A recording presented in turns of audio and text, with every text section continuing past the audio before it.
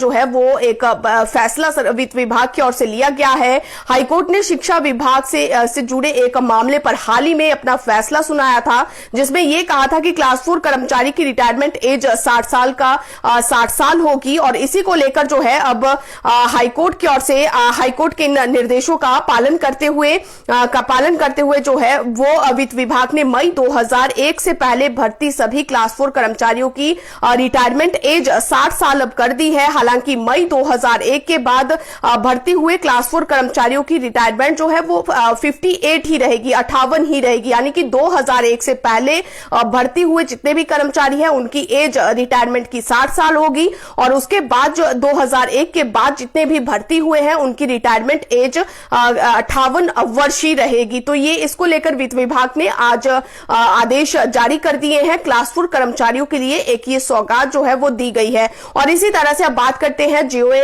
मामले को लेकर। काफी लंबा जो है वो जेओए मामला अभी प्रदेश में चल रहा है। जेओए आईटी के हजारों जो अभ्यर्थी है वो इंतजार करें कि कब जो है वो उनको लेकर सरकार की ओर से फैसला आएगा। और जेओए की सुप्रीम कोर्ट सुनवाई जो है वो अब तय कर दी गई है। जेओए भर्ती पोस्ट कोड 817, 556 और 447 के तीनों मामलों की सुप्रीम कोर्ट में सुनवाई 12 जुलाई 2022 यानी कि 12 जुलाई को जो है वो होने वाली है। और इसके लिए अदालत ने हिमाचल सरकार को नोटिस जारी कर स्थिति स्पष्ट करने को कहा है। हालांकि इससे पहले जो है वो हिमाचल के मुख्य सचिव को सुप्रीम कोर्ट में शपथ पत्र भी दायर करना है।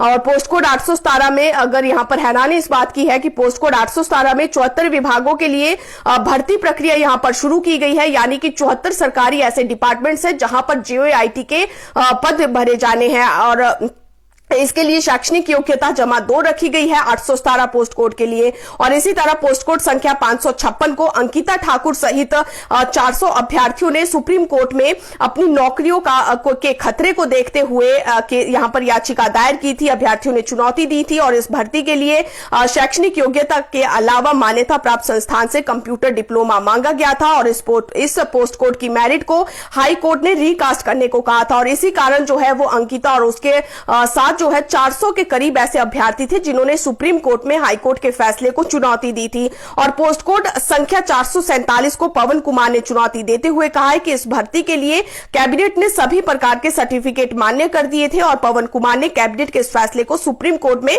चैलेंज किया है। तो इन तीनों मामलों पर सुप्रीम कोर्ट में रिप्लाई दायर करने के लिए सरकार की उच्च स्तरीय बैठक हुई है।